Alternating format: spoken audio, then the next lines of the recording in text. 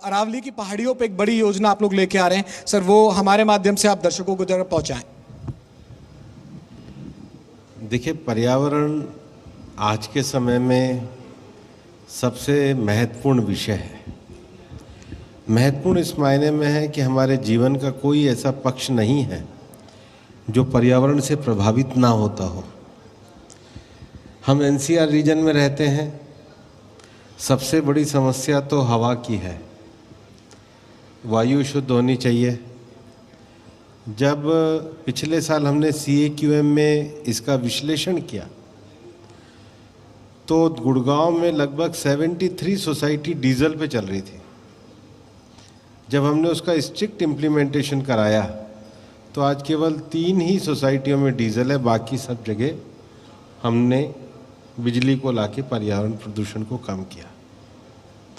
दूसरा, हरियाणा में और NCR के आसपास के एरिया में इंडस्ट्री का जो पॉल्यूशन था वो एक बहुत बड़ी विषय था। लगभग 3141 के करीब इंडस्ट्री हरियाणा में है। हम 2800 के करीब इंडस्ट्रीज़ को PNG में लाने में सफल हुए। ये जो पराली जलने के कारण जो प्रदूषण होता है, अगर आप इस वर्ष मतलब बीते वर्ष को अगर उससे 1 वर्ष पहले से आप कंपैरिजन करेंगे तो पराली जलने की घटनाओं में 40% की कमी आई। पानीपत में एथेनॉल ब्लेंडिंग के लिए प्लांट लगा। अभी भटिंडा साइड में भी और तैयारी चल रही है। इसका अन्य उपयोग भी हम कर रहे हैं। और अभी तो कुछ लोगों के साथ मिलकर हम ये चाह रहे हैं कि जितने भी हमारे जो शमशान में जो जलाने का कार्य होता है, अगर पराली के पिलेट बना दिए जाए, और कुछ जगहों पे ये प्रयोग अब हम लोगों ने शुरू भी कराया है, तो उसके पिलेट बनने से हम एक बहुत बड़ी मात्रा में इसका प्रयोग कर सकेंगे। दूसरा एक विषय जो है, गुड़गांव के आसपास जिस प्रकार से इंडस्ट्रियलाइजेशन बढ़ रहा है, तो अगर केवल इंडस्ट्री ही लगती रहेगी तो गुड़गांव में ताज़ा और स्वच्छ हवा भी चाहिए। हमने 16,000 एकड़ का ये जो एरिया है इसको आइडेंटिफाई किया, और ज़मीन की मालिक हरियाणा सरकार होती है। अब हम हरियाणा सरकार को इसमें एक सफारी बनाने का, प्लांटेशन का, पेड़ लगाने का जो दे करके आए हैं, मुझे लगता है कि जितनी तेज़ी से राज्य सरकार की कार्यवाही होगी हम उसको कामयाब करेंगे। और मैं मुख्यमंत्री माननीय मनोहर लाल जी को बधाई भी देना चाहूँगा कि उन्होंने इस पर विशेष रूप से बजट में भी प्रावधान रखा है। के सामने कह के जा रहा हूँ, और आप भी इसमें योगदान कीजिए, क्योंकि मई में हम बैठे हैं जी। अगर हम इसकी तैयारी करेंगे तो 1 जुलाई से 6 जुलाई तक पूरे देश में हरियाली तीज आती है, वन विभाग का महोत्सव आता है।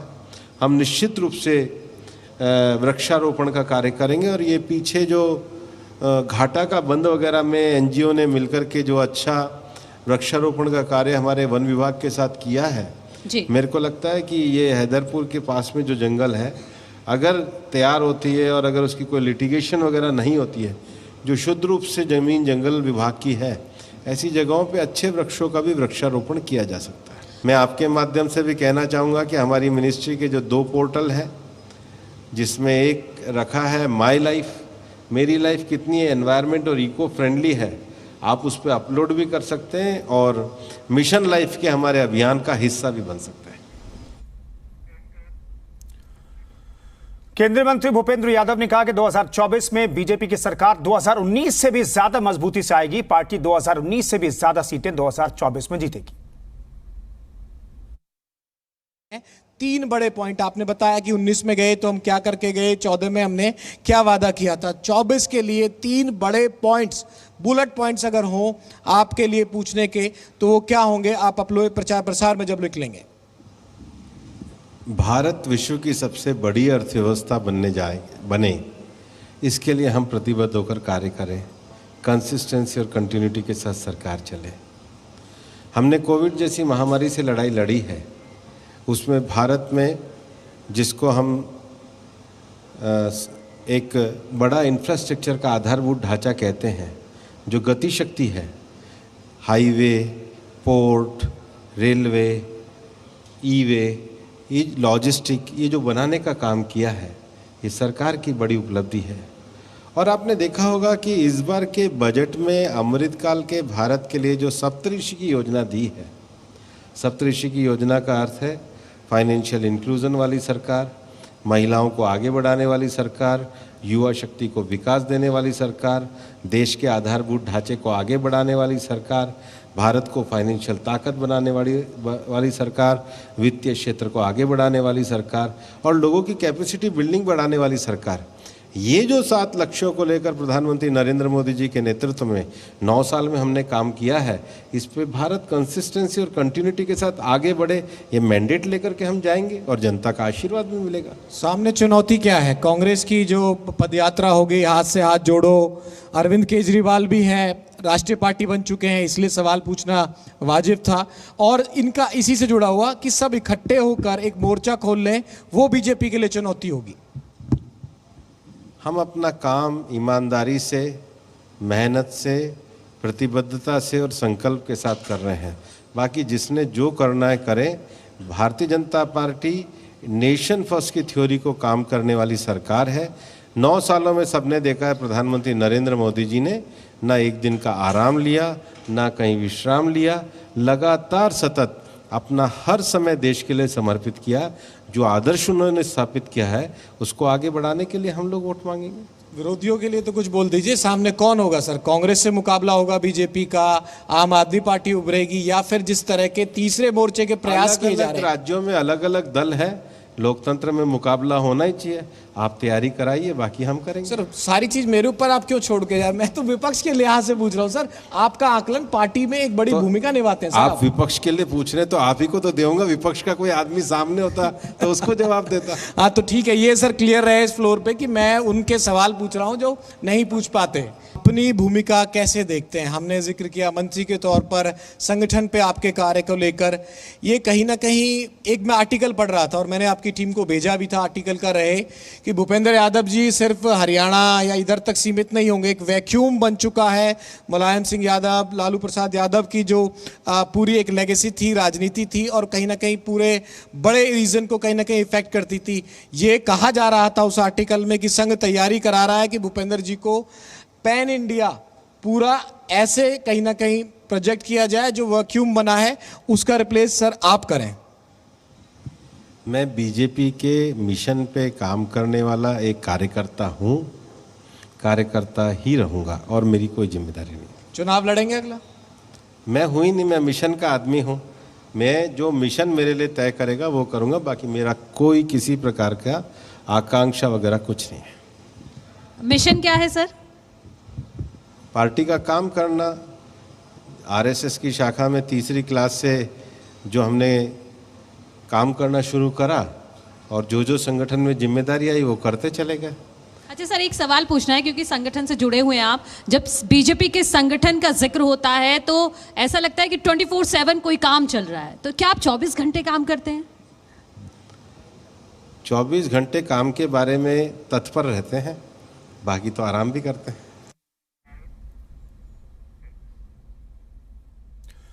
केंद्रीय मंत्री भूपेंद्र यादव ने खुद के हरियाणा के सीएम बनाए जाने की चर्चाओं को निराधार बताया और कहा कि हरियाणा में मुख्यमंत्री मनोहर लाल हमारे नेता हैं और मनोहर सरकार पारदर्शी तरीके से काम भी कर रही है। चर्चा भी हुई आपकी एक जो पूरे, हालांकि मुझे तो पता है कि कई जो बड़े लीडर्स थे, नेता थे, कैबिनेट मंत्री थे, उनके भी दौरे हुए, लेकिन आपकी दौरों के बाद एक चर्चा भी कहीं ना कहीं हरियाणा में शुरू हो गई। मैं पुष्टि के तौर पे नहीं कह रहा हूं, ये कहा जाने लगा हरियाणा के लुटियन जोन्स में, एक लुटियन जोन्स है दिल्ली का, मैं चंडीगढ़ की बात कर रहा हूँ, चर्चा कर रही है और ये बात आप तक हो ही नहीं सकता कि नहीं पहुंची होगी, लेकिन आपकी परमिशन है, मंच बड़ा है, आपकी इजाजत से पूछ रहा हूँ। ये चर्चा चलती है कि भूपेंद्र यादव कभी भी हरियाणा के मुख्यमंत्री के तौर पर प्रेजेंट किए जा सकते हैं। इन बातों में, इन दावों में कितनी सच्चाई है? कोई सच्चाई नहीं है। हरियाणा माननीय मुख्यमंत्री मनोहर लाल जी के नेतृत्व में हम लोग काम कर रहे हैं और हमने देखा है पिछले 10 सालों में मनोहर लाल जी के नेतृत्व में हम एक ट्रांसपेरेंट सरकार लेकर के आए हैं। गरीबों तक उनकी योजनाएं हमने पहुंचाई है। सरकारी नौकरियों में जितनी ट्रांसपेरेंसी के साथ हरियाणा में भर्ती हुई है वो देश में अपना उदाहरण है और हम उनके नेतृत्व में काम कर रहे हैं, वो हरियाणा में हमारे नेता हैं। संगठन पार्टी अगर कहे कि एक स्टेट संभालना, ऐसा कोई विषय नहीं है। तो जवाब नहीं निकलेगा मनु, बहुत मुश्किल है निकलवाना।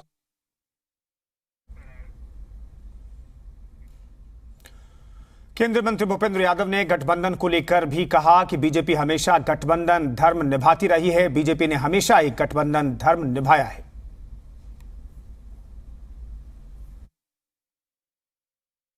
गठबंधन के साथ जाने में फायदा होगा या 2024 में अकेले जाने में सक्षम है बीजेपी? देखिए, बीजेपी ने हमेशा गठबंधन के धर्म को निभाया है। आप देश भर में कभी भी बीजेपी को देखिए, हमने अपने गठबंधन के धर्म से अपने आप को कभी डिगाया नहीं है, लेकिन अपनी पार्टी को आगे बढ़ाना, अपनी पार्टी की संख्या को आगे बढ़ाना, अपनी पार्टी की ताकत को आगे बढ़ाना, वो हमारा काम है और हम अपनी पार्टी की ताकत को भी बढ़ाएंगे। आपने कहा गठबंधन का धर्म निभाया है। मुंबई की बात कर लीजिए, बिहार की बात कर लीजिए, बिहार की बात कर लीजिए, पंजाब की बात कर लीजिए, बहुत से सहयोगी एनडीए का जो हिस्सा हुआ करते थे वो साथ नहीं है। एनडीए जितना बड़ा दल हुआ करता था वो अब नहीं है। 24 में कुछ नए अलायंस होंगे, इस पे भी सर आपका मैं थोड़ा सा चाहूंगा जवाब दें। और 24 के लिए क्या एनडीए का कुनबा बढ़ेगा? अच्छी बात करी आपने। मैं बिहार का प्रभारी था जी। बिहार में बीजेपी की सीटें जदयू से ज़्यादा आई। हमारी 74 सीटें आई, जदयू की तो 50 के करीब सीटें थी। उसके बावजूद भी हमने कहा, चूंकि हमने घोषणा कर रखी है कि नीतीश जी को मुख्यमंत्री किया, हमने उनको मुख्यमंत्री बनाया। धोखा नीतीश जी ने हमको दिया। हम मिलकर के आरजेडी के खिलाफ सरकार में आए थे, उनकी नैतिकता नहीं थी। महाराष्ट्र में भी आप देख लीजिए, संयोग से उस समय भी मैं चुनाव प्रभारी था। महाराष्ट्र में ज़्यादा, अगर जितनी सीटें शिवसेना लड़ी और जितनी बीजेपी लड़ी, तो बीजेपी की सीटों का जीत का प्रतिशत ज़्यादा था। लोग बीजेपी के लिए, एनडीए के लिए वोट दे रहे थे। शिवसेना के उद्धव ठाकरे का जो ग्रुप था वो तो हमारा मैंडेट चुरा करके एनसीपी के साथ लेकर के चले गए, और लोकसभा में हमारे को छोड़ने का काम अकाली ने किया। हमने नहीं किया, हमने नहीं किया। किसान आंदोलन में तो हमने नहीं किया। लेकिन आरोप लगता है कि आप मजबूर करते हैं। नहीं, कैसे मजबूर करेंगे? छोटे दलों को दबा देती है बीजेपी। अच्छा, हमने मुख्यमंत्री, आपको मुख्यमंत्री बनाना मजबूर करना होता है? छोड़ के तो वो गए। छोटे दल के व्यक्ति को मुख्यमंत्री बना दिया, बड़ा दल नीचे हो गया, तो कहां मजबूर किया? महाराष्ट्र में बात कहां बिगड़ी थी सर? वो तो उनसे पूछो जिन्होंने बिगाड़ी। छोड़ के तो वो गए, हम थोड़ी गए। हमें तो यही समझ में नहीं आ रहा है, इतनी ईमानदारी के साथ भारतीय जनता पार्टी ने जो महाराष्ट्र में, बिहार में और देश के सब राज्यों में काम किया। इसलिए मैं कह रहा हूँ, बीजेपी की अगर आप राजनीतिक इतिहास को और आंकड़ों को देखेंगे, हमने हमेशा गठबंधन बनाने का काम किया, हमने गठबंधन के धर्म का पालन किया। और बीजेपी ने जनसंघ रहते हुए भी अपनी पार्टी को जनता पार्टी में मर्ज करा। जो दोहरी सदस्यता की बात थी वो जनता पार्टी से आई, और बाद में जिन्होंने हमें कहा उन्होंने ही बाद में हमारे साथ गठबंधन किया।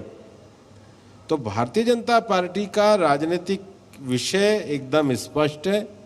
हम नेशन फर्स्ट की थ्योरी में विश्वास करते हैं, हम गठबंधन धर्म को निभाने में विश्वास करते हैं, और कोई धोखा भी देता है तो भी हम अपने मिशन और भारत के विषयों के साथ किसी प्रकार का समझौता नहीं। 24 में कुछ नए अलायंस पार्टनर देखते हैं? 24 में हमारी पार्टी ताकत के साथ लड़ेगी। अब ये अलायंस पार्टनर और बाकी तो सारे ऊपर के स्तर के और परिस्थिति और क्षेत्र के हिसाब से निर्णय होते हैं, लेकिन हमारी पार्टी मजबूती के साथ लड़ेगी। और पिछली बार तो हम 303 आए थे, उससे भी ज़्यादा बहुमत लेकर के वापस से मोदी जी के नेतृत्व में हम सरकार बनाएंगे। 300 कहाँ से आएंगे? यूपी है, यूपी में चैलेंजेस सबसे कम नजर आते हैं। हो सकता है कि मेरी नॉलेज या मेरी जानकारी पूरे राज्यों का ना, आप मुझे करेक्ट कर सकते हैं। यूपी में सबसे स्ट्रांग दिखती है बीजेपी आज की डेट में। बिहार में चैलेंज है, जो बड़े लोकसभा सीट वाइज जो जो राज्य हैं वहाँ चैलेंज है। महाराष्ट्र में है, बिहार में है, हरियाणा तो सिर्फ 10 सीट का राज्य है, तो बहुत ज़्यादा चर्चा मैं हरियाणा की नहीं करना चाहूँगा। आपका जो दावा है, साउथ में आप कितने पहुँचे हैं? अभी पिछले दिनों कर्नाटक का भी चुनाव प्रचार चल रहा है और तमाम चीज़ें हैं। नंबर अगर आएंगे, थोड़ा भी अगर आप मुझे 2 लाइन में बता पाएँ कि 24 में स्ट्रांग अगर आप लोग रहे हैं, कौन से ऐसे राज्य हैं, कौन सा ऐसा रीजन है जो आपकी पार्टी में इतने वरिष्ठ नेताओं को ये कॉन्फिडेंस दे रहा है कि सामने वाले चुनौती का आप नाम भी नहीं ले रहे? 2 ही सेंटेंस में दे देता हूँ, बिना चैलेंज के कोई चुनाव नहीं होता है, और जहाँ से नहीं आए वहाँ से ज़्यादा संख्या में आएंगे, जहाँ है वहाँ पर मजबूती से जीतेंगे।